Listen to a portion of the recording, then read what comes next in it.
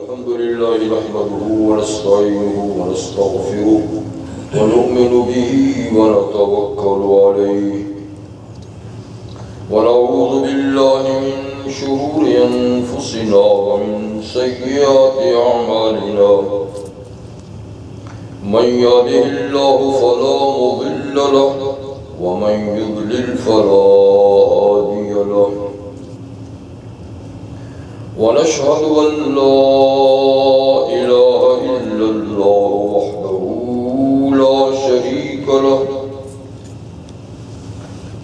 ونشهد أن سيدنا ومولانا محمدا عبده ورسوله صلى الله تعالى عليه وعلى آله وأصحابه وأزواجه وأتباعه وبارك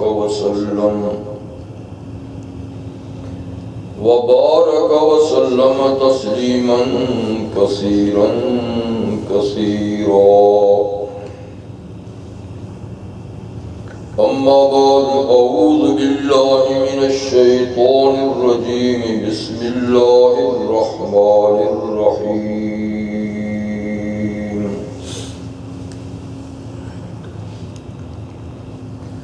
لقد تاب الله على النبي والمهاجرين والأنصار الذين اتبعوهم في ساعة العسرة من بعد ما كاد يزيغ قلوب فريق منهم ثم تاب عليهم إنه بهم رؤوف رحيم. وعلى الثلاثة الذين خلفوا حتى إذا ضاقت عليهم الأرض بما رحبت وضاقت عليهم أنفسهم وظنوا أن لا ملجأ من الله إلا إليه ثم تاب عليهم ليتوبوا إنه هو التواب الرحيم.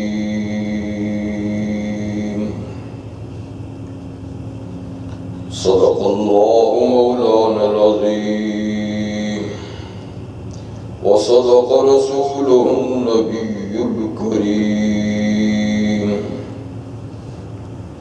ونحن على ذلك لمن الشاهدين والشاكرين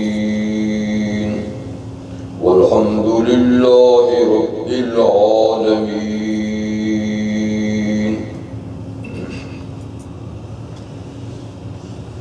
واجب الاحترام حضرات، سورہ توبہ سے دو آیتیں آپ کے سامنے اس وقت تلاوت کی گئی.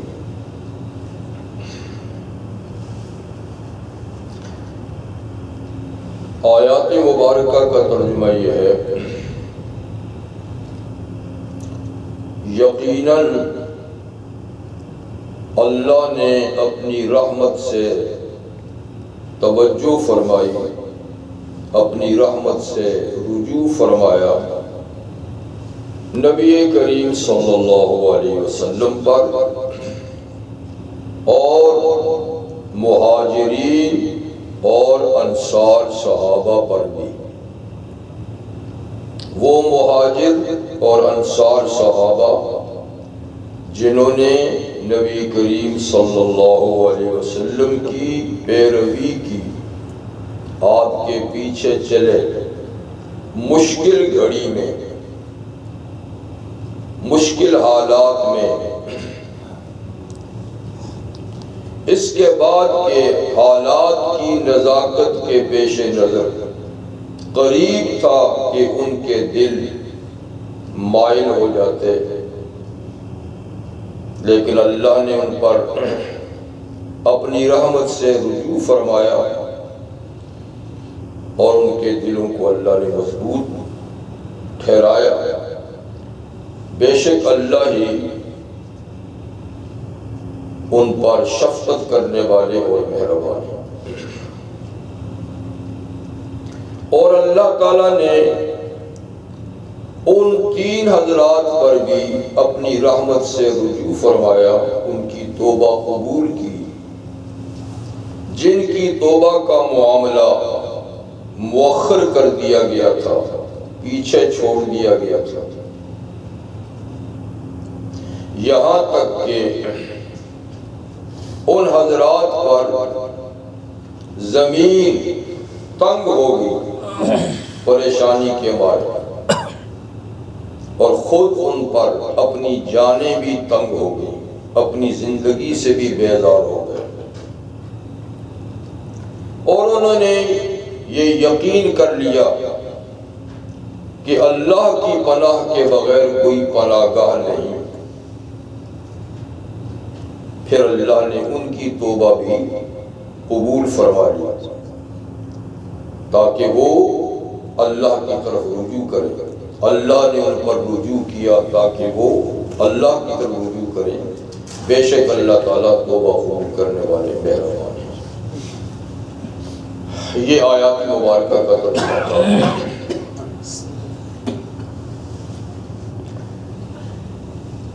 جب مکہ فتح ہو گیا اور جزیرۃ العرب میں اسلام کو غلبہ نصیب ہو گیا، فتح مکہ کے بعد وادی حنین میں کچھ قبیلہ حوازن کے ساتھ مقابلہ ہوا، وہ بھی کامیابی نصیب ہوئی۔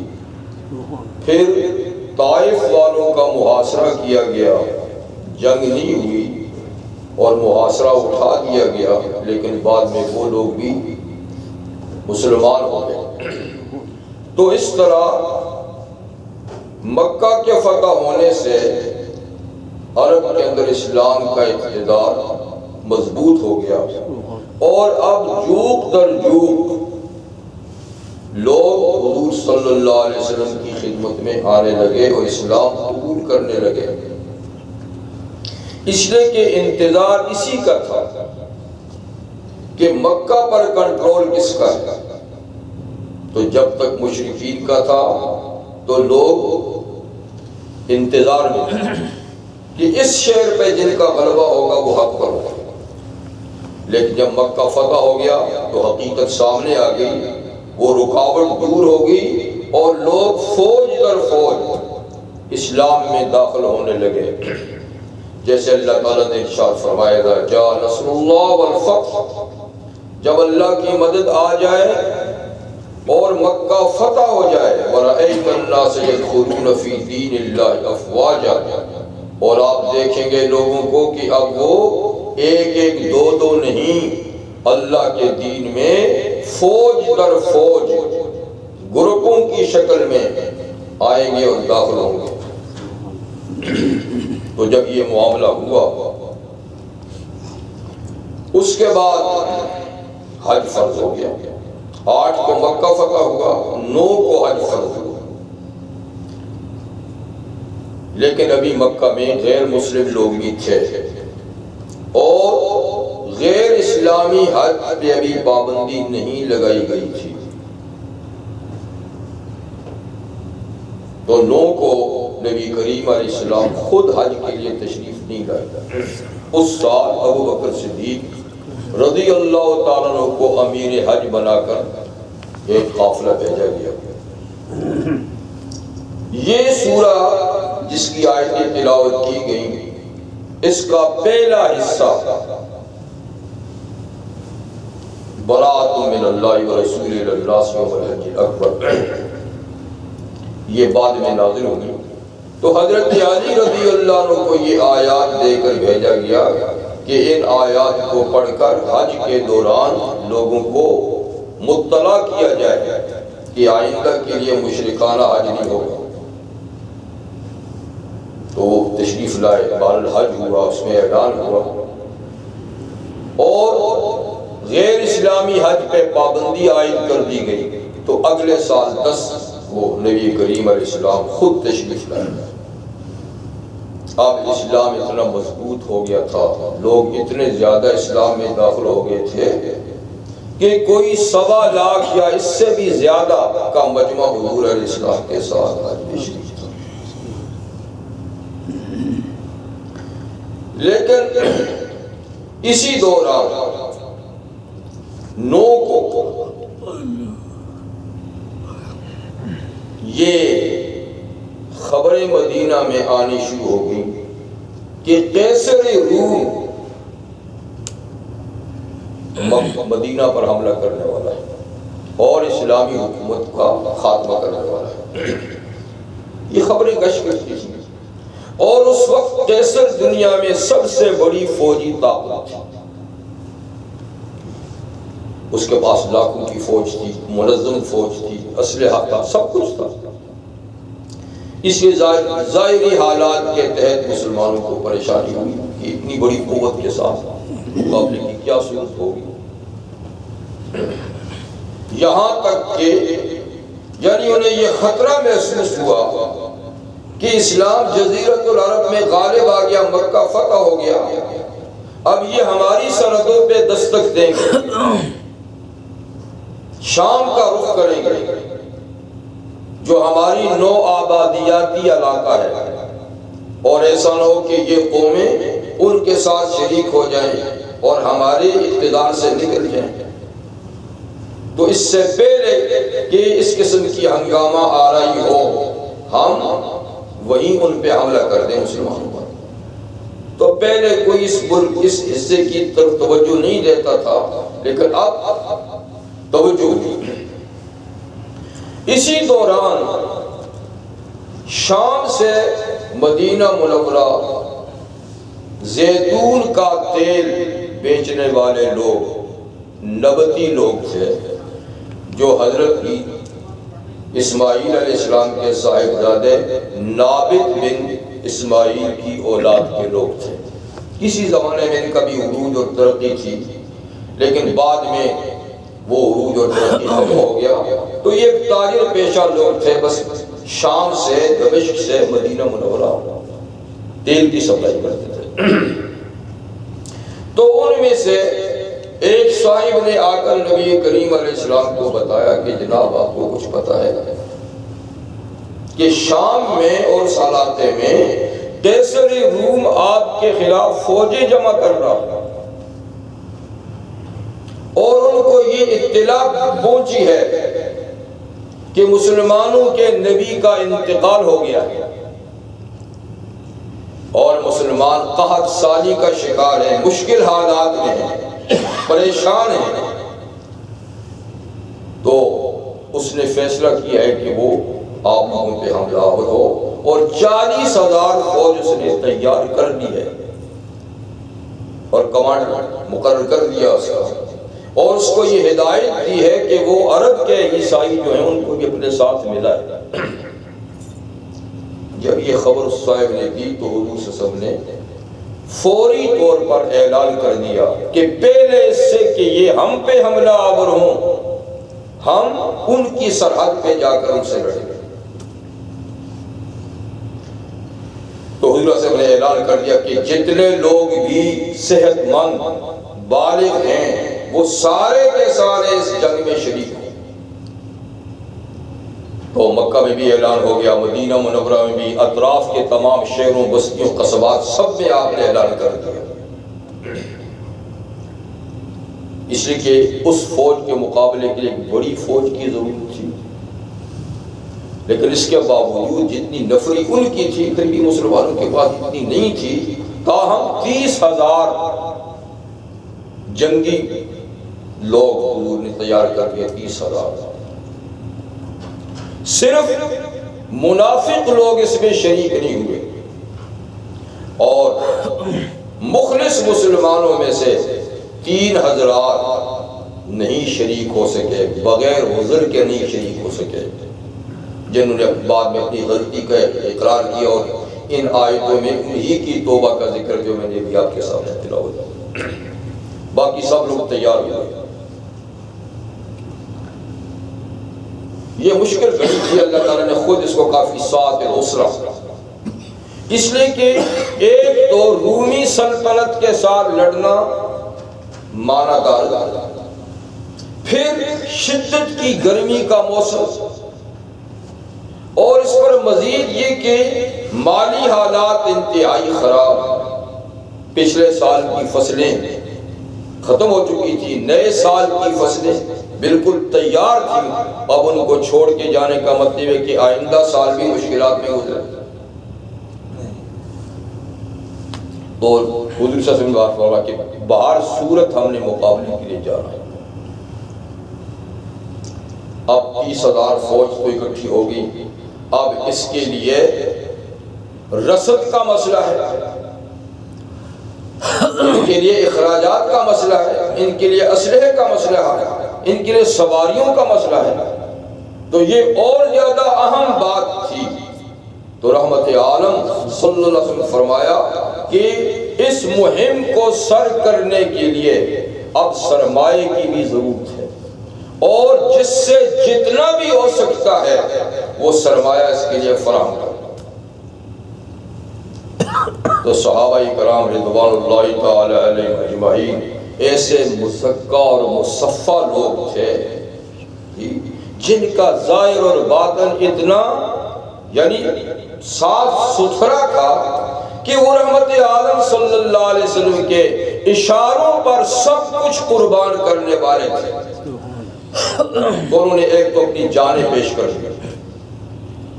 منافقوں نے کہا تم بڑے سادے لوگ ہو، عرب کے چھوٹی چھوٹی ٹکڑیوں سے لڑتے رہے اور غالب آتے رہے ہو، تمہیں کچھ پتہ بھی ہے کہ اب ٹکراؤ کس کے ساتھ ہے؟ تو صحابہ نے فرمایا ہمیں خوب پتہ ہے، کیوں نہیں پتہ؟ کہا دیکھو بچ کے نہیں آؤ گے۔ کہا بچ کے آنے کے لیے جاتا کون ہے؟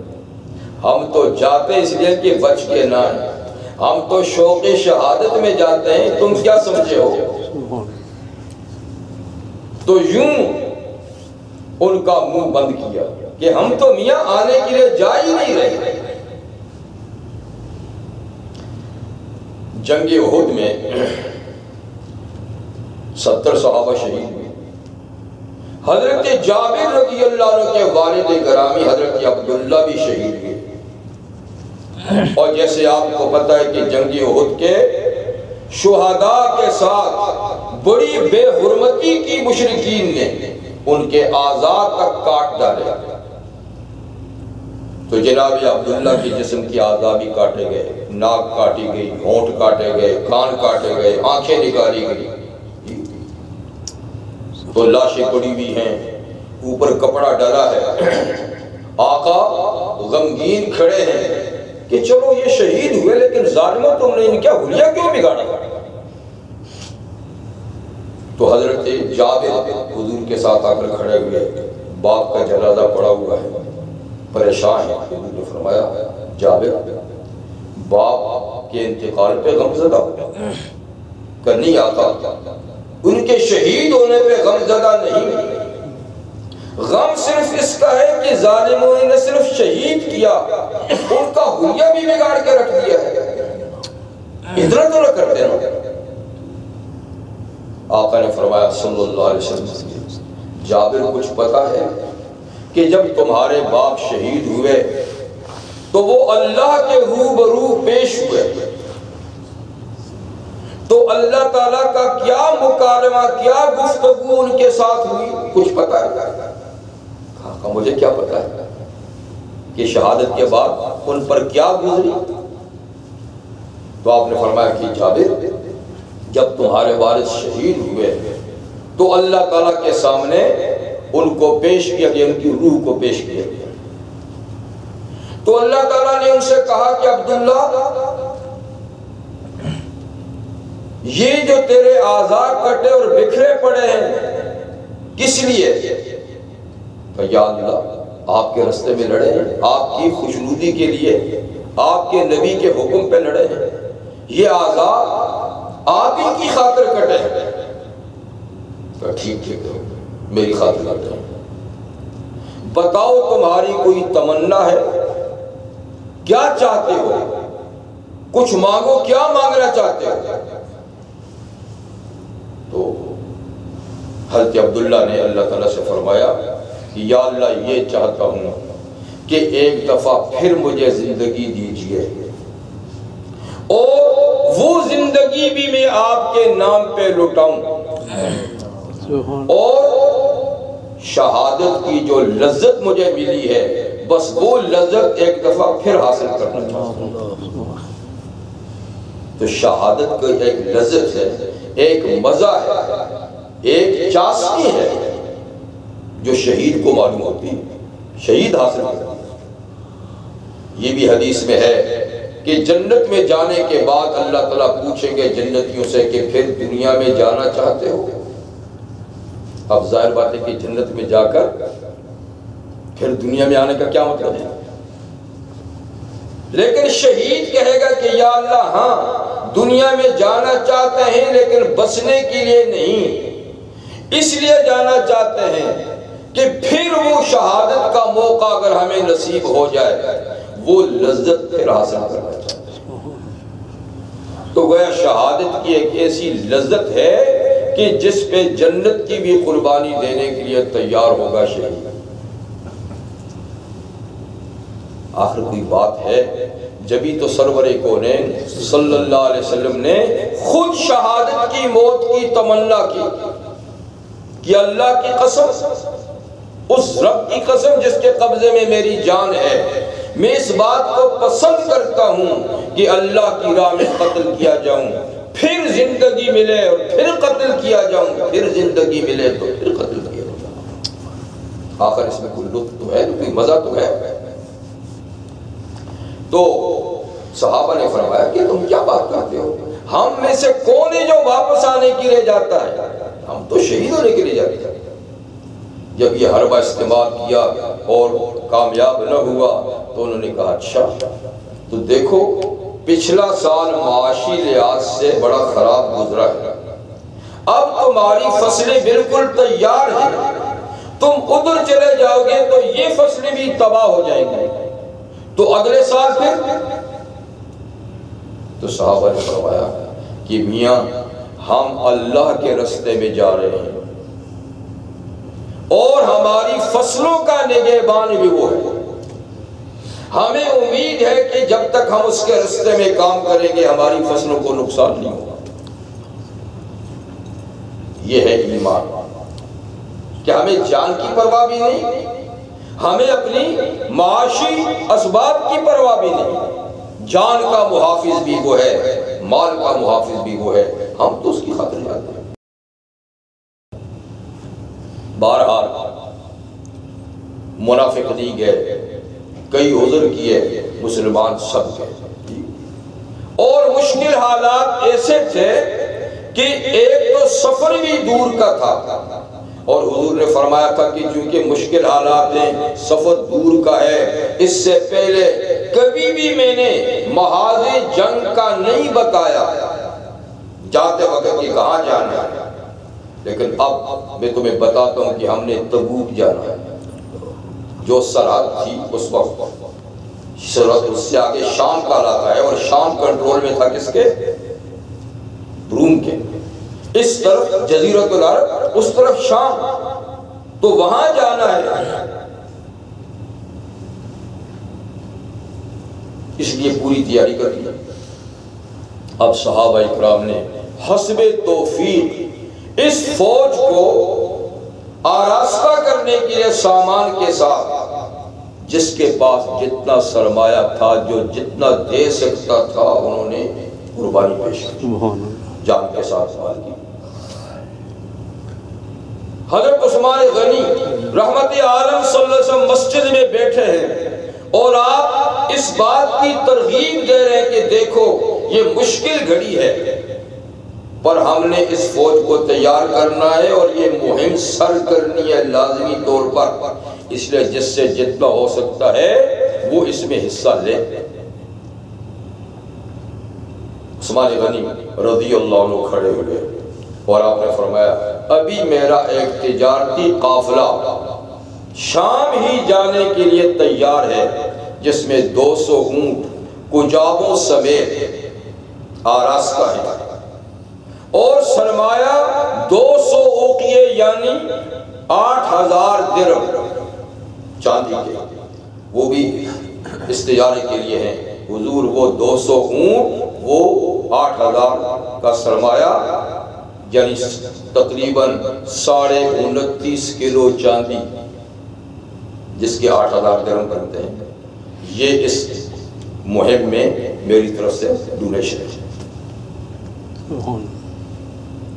بیٹھے تو حضور صلی اللہ علیہ وسلم پھر ترغیب دی، حضور علیہ السلام پھر کھڑے ہوئے، فرمایا 300 اونٹ کجاموں سمیت اور پھر بیٹھے، پھر حضور نے فرمایا کہ 300 اونٹ اور، یا کرتے کرتے یعنی حضرت عثمان غنی رضی اللہ عنہ نے 8000 درہم اور 1000 دینار، 1000 دینار کا معنی ہے 5.5 کلو سونا، اور 8000 دینار کا معنی ہے 29.5 کلو چاندی، یہ تو نقد، اور 900 اونٹ اور 100 گھوڑے اس مہم کے لیے حضرت عثمان غنی نے پیش کیے۔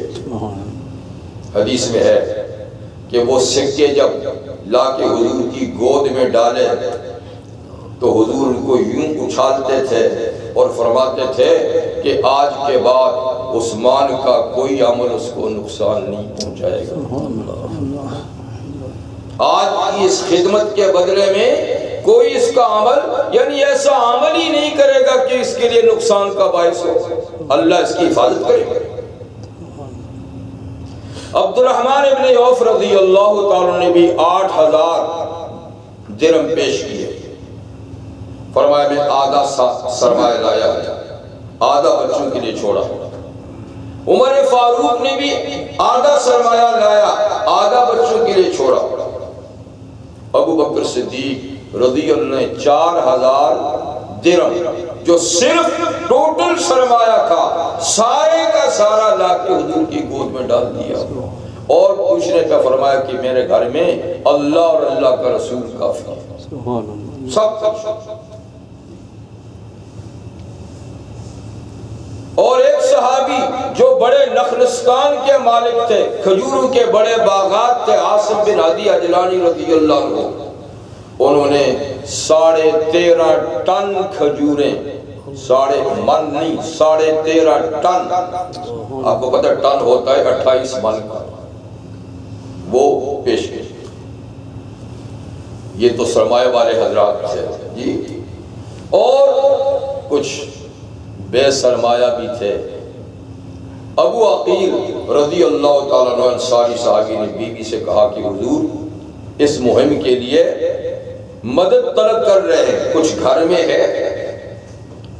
کہنے لگی اللہ کا نام ہے، بس کچھ بھی نہیں، اللہ کا نام ہے۔ تو وہ اٹھے اور رات بھر جا کر انہوں نے مزدوری کی، رات بھر پوری رات، تو 1 سا یعنی 4 کلو یا 3.5 کلو کھجوریں ان کو ساری رات کی محنت پر ملی۔ اس میں سے 2.25 کلو گھر والوں کے لیے رکھ دی، اور 2.25 کلو اٹھا کر حضور صلی اللہ علیہ وسلم کو ڈونیشن دے دیا کہ میں ساری رات محنت کی تھی۔ آقا بڑے خوش ہوئے کہ بڑی محنت سے کمایا ہے، ساری رات کمایا ہے، تھوڑا سا سرمایہ ہے۔ فرمایا کہ یہ کھجوروں کا جو انبار لگا ہوا ہے، ڈھیر لگا ہوا ہے، یہ ساری جا کر اس پہ چھڑک دو اوپر سے، یہ بڑی برکت والی کھجوریں ہیں جو ساری رات محنت کر کے تو نے کمائی ہیں۔ تو کسی نے اتنا دیا، کسی نے ڈھیروں دیا، منافقوں نے ان کو بھی نہیں چھوڑا، ان کو بھی نہیں چھوڑا۔ جنہوں نے زیادہ دیا کہا یہ ریاکار ہیں، وہ جی دکھاوے کے لیے دیا، اور جنہوں نے کم دیا ان کو کیا کہا، یہ بھی انگلی کٹا کے شہیدوں میں نام درج کرنا چاہتا ہے۔ بھلا روم کی حکومت کو بھائی 2.25 کھجوروں سے 2.25 کلو کھجوروں سے فتح کرنا چاہتے ہیں، روم کی سلطنت۔ تو ان کو کہا ان کو شرم نہیں آتی اتنا دیتے ہوئے، ان کو کہا یہ ریاکار ہیں۔ اللہ تعالیٰ نے دونوں کا دفاع کیا سورہ توبہ میں، الذین یلمزون المتطوعین من المؤمنین فی الصدقات، کہ منافق وہ ہیں جو طعنہ دیتے ہیں، اپنی رغبت سے صدقہ دینے والے مسلمانوں کو طعنہ دیتے ہیں کہ دیکھو یہ ریاکار ہے. اور والذین لا یجدون الا جہدہم، وہ جو اپنی محنت اور مشقت کے سوا اور کچھ نہیں پاتے بیچارے، ان کو بھی طعنہ دیتے ہیں کہ ان کو اتنا دیتے شرم نہیں آتی، اور ان کو کہتے ہیں یہ ریاکار ہے. اللہ فرماتے ہیں ان کا اخلاص میں جانتا ہوں. بہرحال صحابہ نے اس مہم کو پورا کرنے کے لیے بڑھ چڑھ کر حصہ لیا. پھر بھی صورتحال یہ تھی کہ 30,000 فوج کے لیے سواریوں کا پورا بندوبست نہیں ہو سکا، اور ایک ایک اونٹ 10 اور 18 آدمیوں میں تقسیم رہا. ایک اونٹ کہ 10 آدمی یا 18 آدمی اس پہ نمبر وار سواری کریں گے اور جائیں گے. اور خرچہ بھی اتنا کم تھا کہ رستے میں صحابہ اکرام کو سبز پتے کھانے پڑے. سبز پتے، پانی کی قلت، خوراک کی قلت، سواری کی قلت، لیکن جذبہ یہ تھا کہ یہ سارے لوگ نکلے اور آقا صلی اللہ علیہ وسلم کے ساتھ تبوک تک گئے. جب تبوک میں پہنچے تو روم والوں کو پتہ چلا کہ اوہو ان کا نبی تو زندہ ہے اور وہ تو فوجی لے کر آ گیا ہے. وہ وہیں سے بھاگ گئے، وہیں سے تتر بتر ہو گئے کہ وہ تو زندہ ہے اور تو فوجی لے کر آ گیا. رحمت عالم صلی اللہ علیہ وسلم فرماتے ہیں کہ اللہ تعالیٰ نے مجھے جو خاص چیزیں دی ہیں اور نبیوں کو نہیں دیں، ان میں ایک بات یہ بھی اللہ نے مجھے خاص طور پہ دی ہے کہ نصرت بالرعب مسیرۃ شہر، کہ میں 1 مہینے کی مسافت پہ اگر موجود ہوں تو دشمن پر رعب چھا جاتا ہے. 1 مہینہ دشمن سے دور ہوں کہ محمد آ رہے ہیں تو دشمن ہی سے بھاگ گئے. تو بہرحال وہ لوگ بھاگ گئے، جنگ نہیں ہوئی، آپ وہاں پر ٹھہرے رہے اور پھر وہاں سے واپس مدینہ منورہ آئے. مدینہ منورہ جب آپ تشریف لائے صلی اللہ علیہ وسلم تو آپ کا معمول یہ تھا کہ جب سفر سے واپس آتے تو سیدھے گھر میں نہیں آ جایا کرتے تھے، پہلے مسجد میں جاتے تھے. سفر سے جب آتے تو حضور مسجد میں پہلے جاتے تھے، 2 رکعت نماز پڑھ لیتے، پھر اس کے بعد وہاں کچھ دیر بیٹھتے، اس کے بعد پھر گھر تشریف لے جاتے. تو یہاں بھی جب واپس آئے تو سیدھے مسجد میں تشریف لے گئے. جب مسجد میں تشریف لے گئے تو منافقین، کسی نے سر باندھا ہوا ہے، کسی نے آنکھ پہ پٹی باندھی ہوئی ہے، کسی نے ٹانک باندھی ہوئی ہے جی، تو عذر پیش کرنے کے لیے آئے کہ جناب پہلے تو خیال یہ تھا نا کہ ان میں سے کوئی واپس ہی نہیں آئے گا، بھائی ہم کیوں موت کے لیے جائیں. جب دیکھا کہ یہ تو سارے سلامت آ گئے ہیں تو اب کیا ہوگا؟ تب انہوں نے عذر پیش کر دیا، دیکھیں جی میری تو آنکھ درد کر رہی تھی، میری تو ٹانگ میں تو گر گیا تھا، فلاں تھا، یہ تھا. تو ہر ایک نے قسمیں اٹھا کر اپنے عذر پیش کیے. رحمت للعالمین صلی اللہ علیہ وسلم نے ان کی ظاہری باتیں سن کے ان کو معاف کر دیا اور ان کے باطن کی حیثیت جو صورتحال تھی وہ اللہ کے حوالے کر دی کہ اندر سے کیا ہے، لیکن ظاہر میں یہ قسمیں اٹھاتے ہیں تو چلو ٹھیک ہے.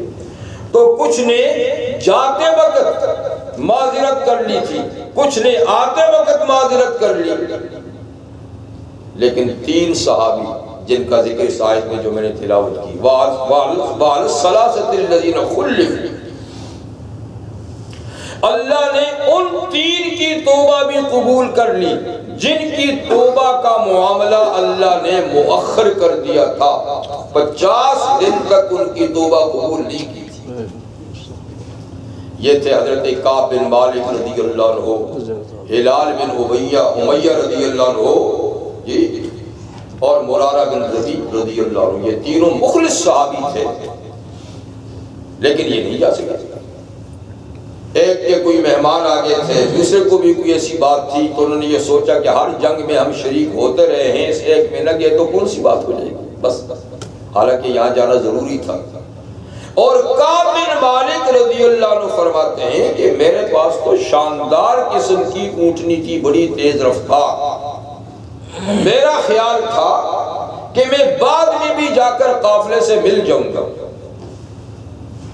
تو ایک دن نہیں گیا، دوسرے دن نہیں گیا کہ جا کر مل جاؤں گا، اور یوں کرتے کرتے قافلہ دور نکل گیا، میں رہ ہی گیا بغیر کسی عذر کے۔ حضور جب تشریف لے آئے تو منافقوں نے عذر پیش کیے، آپ نے معاف کر دیا۔ حضرت کعب کہتے ہیں کہ میں بھی گیا اور میں نے حضور صلی اللہ علیہ وسلم کو سلام کیا، تو حضور علیہ السلام نے سلام کا جواب دیا، اور جواب دینے کے بعد فرمایا کہ کعب تم کیوں نہیں آئے؟ تو فرماتے ہیں کہ میں نے بالکل سچی بات کی، اور میں نے یہ بھی سنا کہ دو اور ساتھی بھی ایسے ہیں کہ جو نہیں گئے، اور انہوں نے بھی فیصلہ کیا کہ حضور سے سچ کہیں گے کہ ہمارا کوئی عذر نہیں تھا، بس غلطی ہوگی، ٹھیک ہے۔ تو میں نے بھی فیصلہ کیا کہ میں حضور کو سچ کہوں گا، تو اس لیے میں نے کہا آقا اگر آپ نہ ہوتے کوئی اور ہوتا تو مجھے باتیں بنانے کا بڑا ڈھنگ آتا ہے، تو میں ایسا عذر گھڑ لیتا کہ وہ مان لیتا اور مجھے معاف کرتا، لیکن آپ کے سامنے تو کوئی غلط بات نہیں چل سکتی۔ اگر میں اس وقت کوئی بات بنا کر آپ کو راضی کر بھی لوں تو آپ کا لنک تو اللہ کے ساتھ ہے، اللہ وہی بھیج کے حقیقت کو واضح کر دیں گے جی۔ تو اس لیے سیدھی سیدھی بات یہ ہے کہ میرا کوئی عذر نہیں تھا، میں بالکل کھاتا پیتا آدمی تھا، سواری میرے پاس تھی، بس آج کل کرتے کرتے میں رہ گیا، کوئی عذر نہیں تھا۔ جب یہ میں نے صاف بات کی تو آقا صلی اللہ علیہ وسلم نے فرمایا کہ اچھا جاؤ، اور اللہ کے فیصلے کا انتظار، ہمیں بھیج دیا، اور حضور علیہ السلام نے فرمایا کہ ان تین آدمیوں کے ساتھ کوئی بات چیت نہیں کرنی، کوئی سوشل تعلقات ان کے ساتھ نہیں رکھنے، سوشل بائیکاٹ۔ چنانچہ کہتے ہیں کہ کوئی بھی مدینہ میں اب ایسا نہیں تھا جو ہم سے بات کرتا، اعلان ہو گیا کہ ان کے ساتھ بات نہیں کرتا۔ میں تنہا اپنے گھر میں، کیونکہ جوان آدمی تھا، آتا جاتا تھا مسجد میں، حضور کے ساتھ نماز بھی پڑھتا تھا، لیکن گھر جاتا تھا، کوئی مسجد میں مسجد سے باہر ہم سے گفتگو نہیں کرتا تھا۔ اور دوسرے دو ساتھی تو بوڑھے تھے، وہ تو مسجد تک بھی نہیں آ سکتے تھے، ان کا کام کیا تھا؟ صبح سے شام تک، شام سے صبح تک روتے رہے، وہ اپنے گھروں پہ بیٹھے ہوئے رو رہے ہیں بس کہ ہو کیا گیا ہمارے ساتھ۔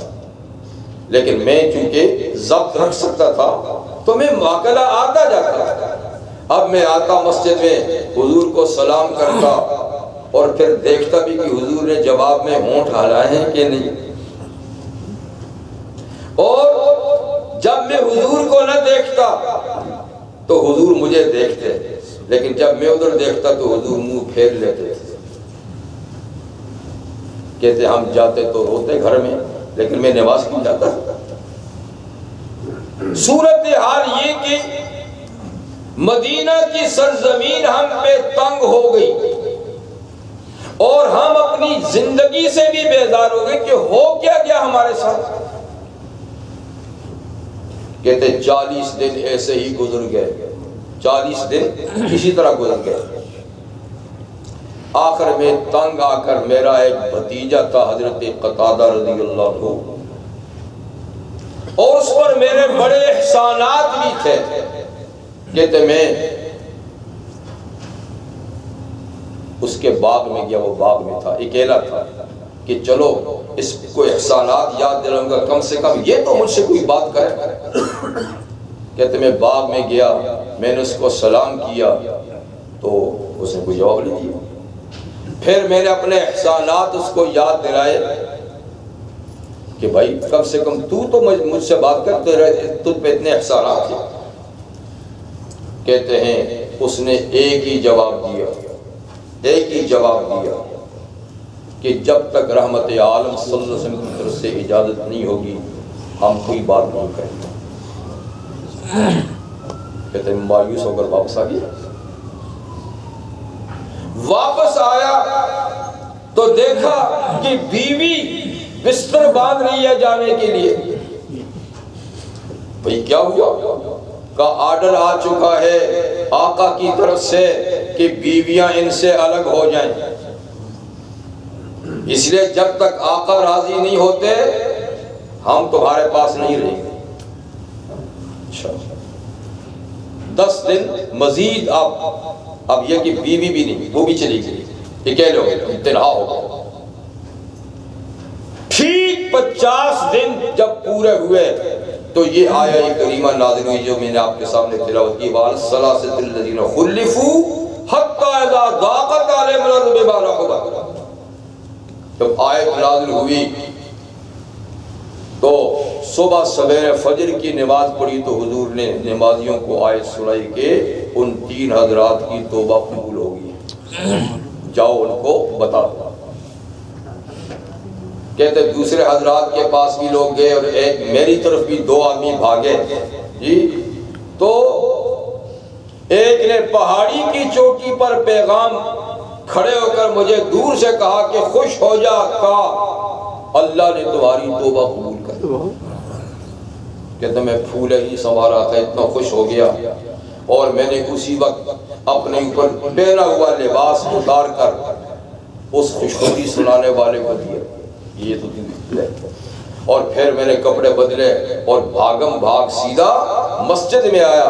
اب کہتا مسجد میں آیا تو کیا تھا، ہر ایک اٹھ کر مجھے ملتا ہے جیسے کہ کوئی بچھڑا ہوا ملتا ہے، مبارکباد دیتا ہے، اور سب کہتے ہیں کہ دیکھو آج تک تم سے کوئی ہم نے ناراضگی یا بغض کی وجہ سے بات چیت بند نہیں کی تھی، یہ تو آقا کا حکم تھا، ورنہ ہم بھی تم سے ناراض نہیں تھے، لیکن آقا کا حکم تھا۔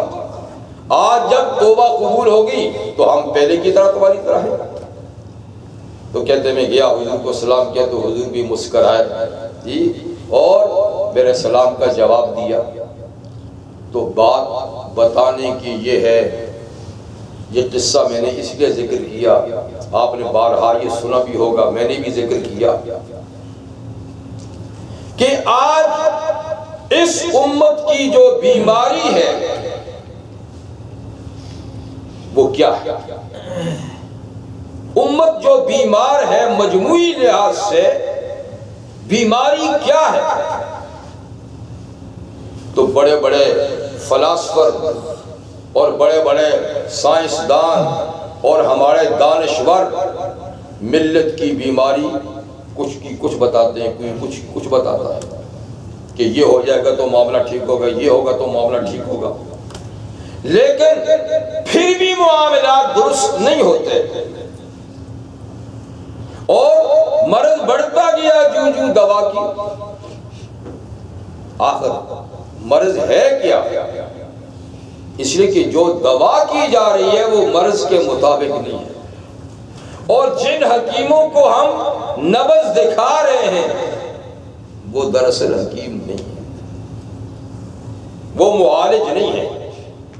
اس لیے بیماری کچھ اور ہے اور علاج کچھ اور بتایا جا رہا ہے۔ امام غزالی رحمہ اللہ کچھ عرصے کے لیے ریاضت کرنے کے لیے گئے تاکہ اپنا تزکیہ کریں، اپنی اندرونی دل کی صفائی کریں، تو اس کے لیے مجاہدہ اور ریاضت انہوں نے کچھ عرصہ کی۔ کرنے کے بعد جب واپس آئے تو بہت دبلے پتلے تھے، رنگ بھی پیلا تھا، تو کوئی حکیم صاحب آئے، انہوں نے ان کی حالت کو دیکھا تو کہا جناب آپ تو بڑے بیمار لگ رہے ہیں، آپ کا علاج کرنا چاہیے، دیکھیے آپ تو دبلے پتلے ہو گیا، رنگ پیلا ہو گیا ہے۔ تو اس نے بہرحال اپنے طور پہ کچھ کہا کہ آپ کو یہ کھانا چاہیے، آپ کو یہ کھانا چاہیے، یہ دوا کھانی چاہیے۔ تو آپ سنتے رہے اس کی بات، اور پھر انہوں نے آپ نے فرمایا اسر بالین من برخیز اے نادان طبیب، اسر بالین من برخیز اے نادان طبیب، اے نادان معالج، نادان حکیم، میرے سرہانے کے پاس سے اٹھ کے چلا جا، تو میری بیماری کو نہیں پہچان سکا، تجھے جب بیماری کا پتہ نہیں ہے تو تو علاج کیا تجویز کرے گا؟ درد مند عشق را دارو بجز دیدار نیست، کہ جس کو عشق و محبت کی بیماری ہو تو صرف محبوب کا دیدار ہی اس کا علاج ہے، محبوب کا دیدار ہی اس کا علاج ہے۔ تو اور چیزیں دیکھ رہا ہے، میں اور بیمار ہوں، میری بیماری اور ہے، تو مطلب یہ کہ امت جو آج بیمار ہے اس کی وجہ کیا ہے، اس بیماری کا علاج کیا ہے؟ تو بیماری یہ ہے کہ ہم اللہ اور رسول کے ساتھ وہ عشق و محبت نہیں کر رہے جو ہمارے ایمان کا تقاضا ہے، یعنی عشق و محبت کے دعوے تو بڑے کرتے ہیں اور عشق و محبت کے طریقے تو ہم نے کئی ایجاد کر رکھے ہیں، لیکن جو واقعی محبت ہوتی ہے، سچی محبت ہوتی ہے، اس سے دور کا واسطہ بھی نہیں۔ یعنی ایسے اشخاص تو ہیں، ایسے افراد تو ہیں، لیکن امت مجموعی لحاظ سے عشق و محبت جو اللہ اور اللہ کے رسول کے ساتھ ہونی چاہیے اور ہر چیز سے زیادہ ہونی چاہیے، دیکھیں نا، عشق اور محبت اسی کا نام ہے جو صحابہ نے کی۔ جب حضور کا حکم آ گیا کہ ان تینوں سے بات نہیں کرنی، تو کیا مجال پھر کسی نے ان سے بات کی ہو؟ نہ بیوی نے بات کی، نہ بھتیجے نے بات کی، نہ دوست نے بات کی، نہ بیٹے نے بات کی، حالانکہ کتنے قریب رشتے ہیں، کتنا قریب رشتہ ہے میاں بیوی کا، کتنا محبت کا رشتہ ہے میاں بیوی کا، لیکن رسول اللہ کا حکم آیا تو بیوی نے بھی منہ موڑ لیا کہ جب تک وہاں سے آرڈر نہیں آئے گا تمہارے ساتھ رہوں گی بھی نہیں، بات چیت تو کھلا ہے۔ بھتیجے نے کہا جب تک وہاں سے حکم نہیں آیا، چچا آپ بڑے محسن ہیں، سب کچھ ہیں، لیکن میں بات نہیں کر سکتا، اس لیے کہ ان کی رضا پہلے ہے، تمہاری رضا بعد میں ہے۔ کیا یہ جذبہ آج بھی ہے؟ ہم میں ہے؟ ہم اس طرح کی قربانی دے سکتے ہیں جو صحابہ نے دی؟ تو بھائی محبت کے لیے اللہ نے ہمارے لیے نمونہ بنایا ہے صحابہ کرام کو کہ رسول اللہ سے کیسی محبت تھی، کیسی ان کی اطاعت تھی، کیسی ان کی فرما برداری تھی، کہ ادھر کا حکم آنے سے سب چیزیں، سارے تعلقات یکدم ختم، اور جو ہی حکم آیا تو سارے لپٹ گئے ان کے ساتھ، چومنے لگے، ملنے لگے۔ تو اس بات کی آج بھی ضرورت ہے کہ ہم صرف الفاظ کی حد تک نہیں اور ظاہری نمود و نمائش کی حد تک نہیں، دل کی گہرائی سے اللہ اور اللہ کے رسول کے احکامات کو مقدم سمجھیں، اللہ اور اللہ کے رسول کے تقاضوں کو آگے رکھیں، باقی سارے تقاضے ان کے بعد میں رکھیں، تو ہو جائے گی سچی محبت۔ اور جب ان کے ساتھ سچی محبت ہو جائے گی تو ہمارے مرض کا علاج ہو جائے گا،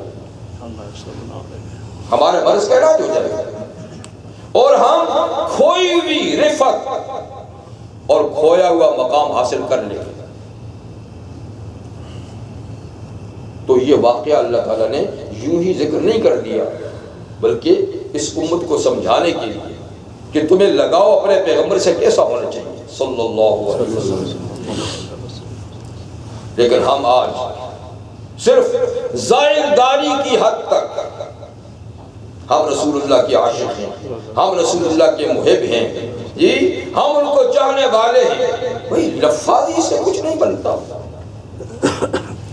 کچھ کر کے دکھاؤ جیسے انہوں نے کر کے دکھایا، کوئی عمل سے کرو، کوئی اخلاق ایسے برتو تاکہ پتہ چلے کہ یہ لوگ واقعی اللہ اور اللہ کی رسول کی محبت اپنے دل کے اندر رکھتے ہیں۔